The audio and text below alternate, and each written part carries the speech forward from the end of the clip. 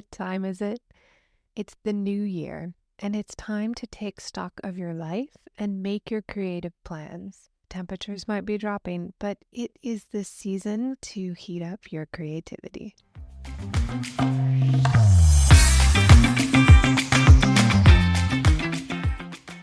Welcome to The Modern Creative Woman, exploring the art and science of creativity. This is the podcast for women who want to elevate their creativity and start applying creative thinking in their everyday life. I'm your hostess and creativity expert, Dr. Amy Bacos. I'm a licensed psychologist and a registered and board-certified art therapist. At The Modern Creative Woman, we are helping you, the modern woman, harness the power of creativity. Through our conversations and insight, I'll provide simple tricks and practices that will help take the mystery out of the creative process so you can start each day feeling empowered, creative, and ready to take on whatever comes your way. Let's get started. If you're new here, welcome in. I'm your hostess, Dr. Amy Bacos. For the last 26 years, I've been helping women live bold, creative lives through neuroaesthetics, art therapy, and creative thinking. I'm the founder of The Modern Creative Woman, where we are on a mission to inspire women to use creativity in their everyday lives. If you're a longtime listener, welcome back. I'm so thankful to have you on this audio creativity journey with me. The season of internal reflection is upon us, and winter definitely brings the opportunity for us to rest, reflect, and certainly nourish ourselves before we bloom again in the spring. Today, we're taking a deep dive into one of the most powerful creative places that you can be. Your passport is unnecessary to get to this place. I think you're going to like it. First, let me give you some updates from the Modern Creative Woman headquarters. You may have noticed that the Modern Creative Woman has been in the news all over the United States. We got picked up by dozens of news outlets talking about how we can use the power of gratitude to feel better and really contribute to peace within ourselves, our homes, and our communities. Gratitude speaks so much to what we are craving to feel. We want to feel good, and we need to be able to focus on what's working in our lives instead of what's not working.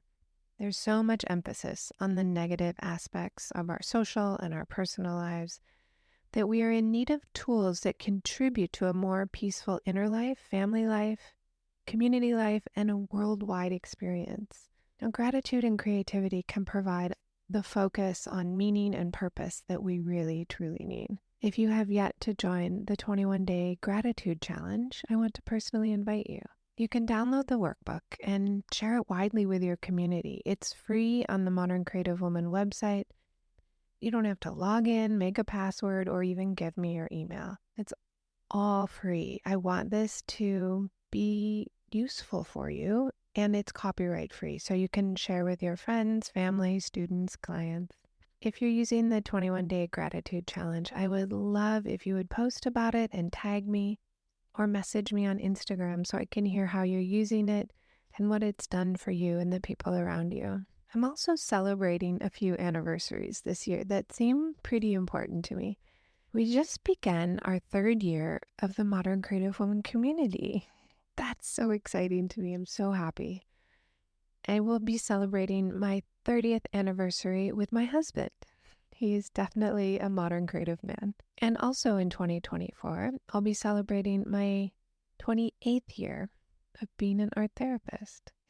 If you are a woman who is tired of feeling stuck, uninspired, or even resentful, and if you're ready to elevate your professional and personal creativity, I want to direct you to 2 complimentary videos about creativity and aesthetics. Aurora Davoli from Girl Boss Paris and I hosted 2 creativity classes, and you can catch the replay on moderncreativewoman.com, or you can find the link in the show notes.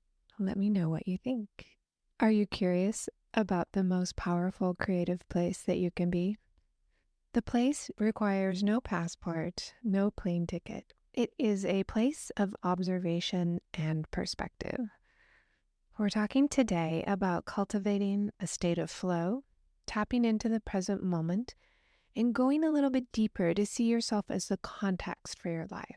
And finally, I offer a creativity approach to understanding yourself more, and it deals with the Roman god Janus. Let's start with creative flow. When was the last time you engaged in something you truly loved where time kind of flew by? Maybe it was making art, baking, gardening, writing, having fun, playing, riding your bike. Flow is a concept created by Mihai Csikszentmihalyi. He's a Hungarian researcher who devoted his career to understanding this incredibly desirable state of being. It's what he called the psychology of optimal experience. The concept of flow will enhance both your personal life and your work, your ability to produce and stay focused. Flow is a mental state when you're performing some activity and you just become fully immersed. You have this feeling of energized focus or full involvement in what you're doing, plus a little bit of enjoyment of the activity. That mode of experience is considered complete absorption in what you're doing and a transformation in how you perceive time. Flow states include really intense focus in regard to the task that you're working on. And there is a plethora of research about flow states. And when you've experienced it, you can tell that it's pleasurable because the effort of doing the task really evaporates because of the focus. Your focus takes priority. Time seems to slip away, and we feel energized, relaxed, and even tranquil after that experience of flow, even though the activity requires effort. We hear about a runner's high. That's essentially flow in the mind. It also happens in the body based on what biological processes are happening when people run. We can experience flow simply doing what we love. One essential component is making contact with the present moment. And the present moment is always there for you. All you have to do is reach out and get into it. You can do it in your car, in bed, going for a walk, doing your work. And flow is essentially a very heightened aspect of present moment awareness. And if you want to know more about present moment awareness, you can go back and listen to the last 4 episodes where I discuss how to get in contact with the present moment. Today, I want to go a little deeper into that idea and an aspect of present moment awareness that focuses on yourself as the context of your life. Self as context is the process essentially of making contact with your observing self, or the part of you that's able to notice your thoughts, feelings, and actions in any given moment. The observing self notices that you're having thoughts or a bodily sensation. The observing self isn't judging. It's been there your whole life. It's seen everything that you've experienced. In acceptance and commitment therapy, it's really considered that transcendent aspect of ourselves. It's the part of you that allows you to be mindful, and it's possible to be free from tightly held beliefs about yourself as well. If you find yourself describing your life as, well, I've never been good at that, or I'm always terrible at that, those are thoughts that you're fused to, and tapping into yourself as context allows you to observe thoughts for just what they are. They're only thoughts. I want to invite you to consider opposites. The Roman god Janus was multifaceted, and he had several faces. He inspired a process called the Janus process, where we look at opposites. We can look at ideas that are contradictory, concepts that seem diametrically opposed, and we can explore images simultaneously that just don't seem to go together. What happens when we use the Janus process is that we can produce new identities for ourselves in the moment or ongoing. Creative people have used this process of looking at opposites since long before the Roman god Janus was developed. Even Einstein, who so eloquently describes his creative and scientific process, used this idea. And he described that he used it in creating his theories around relativity. And he said the thoughts that inspired the connections in his brain was when he attempted to hold the same ideas in his head at once, such as contradictory ideas. And he gave an example of, could a man be at rest while also falling? And he started to explore ideas about being in motion and being at rest. Artists and poets have described this as well, and we all relate so much to inward or outward tension and ambivalence in literature and poetry and theater. For example, the wish to change and grow, as well as the wish to stay the same. There's internal pressures, such as tension between resentment and gratitude, between loving someone while simultaneously being very angry at them. These complexities and opposites are a fundamental aspect of our human experience. They're just a part of our lives, and they're essential for understanding ourselves and others. And the act of holding two contradictory ideas in our head at the same time is the hallmark of intellectual thinking. Can you hold your child's perspective and your own?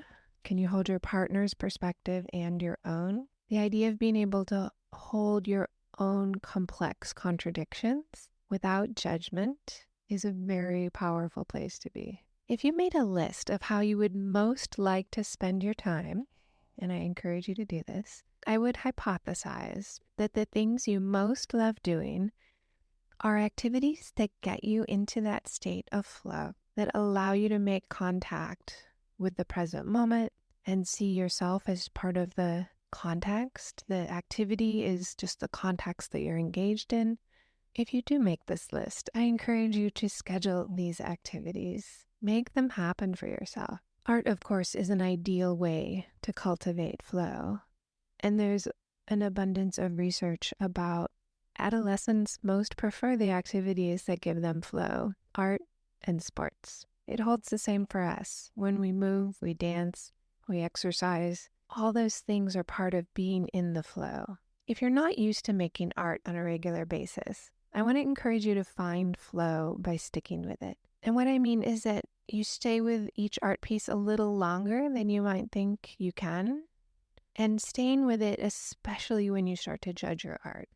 I know that an art piece and my writing is almost done when I start to dislike it and think it doesn't make any sense. And I know that I'm very close. I know not to stop at that point where it seems confusing to me. I know to keep going. I want to give you an art idea. This is a very powerful technique that will allow you to use the idea of flow and opposites and thinking about that Roman god Janus and the multi-faces. This is a very interesting exercise for expanding your creative thought. First, I want you to generate a long list of opposite words or concepts for inspiration. And we do this as a brainstorm to warm your mind up. It's essential in a brainstorm to make your list without judgment. Withhold judgment and just brainstorm, because in that process where you withhold any judgment, creativity starts to flow. Here's some examples of what might go on your list.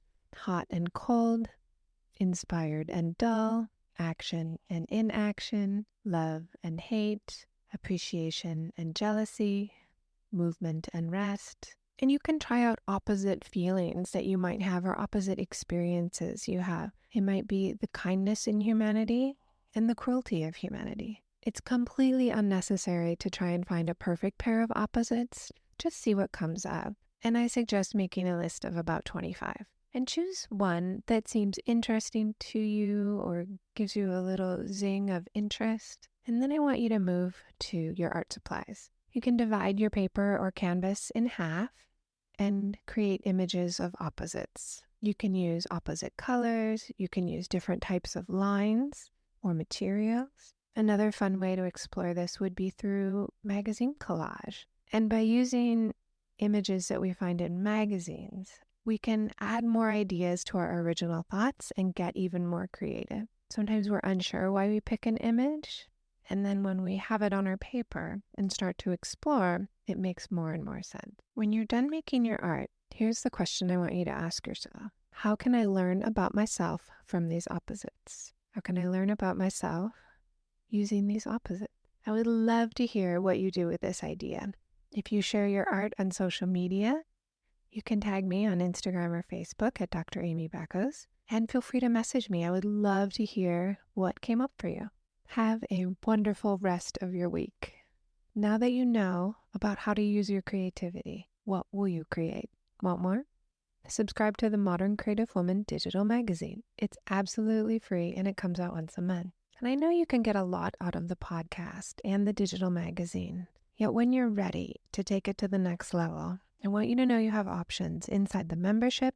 And if you're interested in a private consultation, please feel free to book a call with me. Even if you just have some questions, go ahead and book a call. My contact is in the show notes, and you can always message me on Instagram. Do come find me and the Modern Creative Woman on Instagram, Facebook, and Pinterest at Dr. Amy Bacos. If you like what you're hearing on the Modern Creative Woman podcast, I want to give you the scoop on how you can support the podcast. You can be an ambassador and share the podcast link with 3 of your friends. You can be a community supporter by leaving a 5-star review if you think it's worth the 5 stars. And you can become a gold star supporter for as little as $3 a month. All those links are in the show notes. Remember to grab your free copy of the 21-Day Gratitude Challenge. The link is in the show notes, and you can find it at moderncreativewoman.com. Have a wonderful week, and I cannot wait to talk with you in the next episode.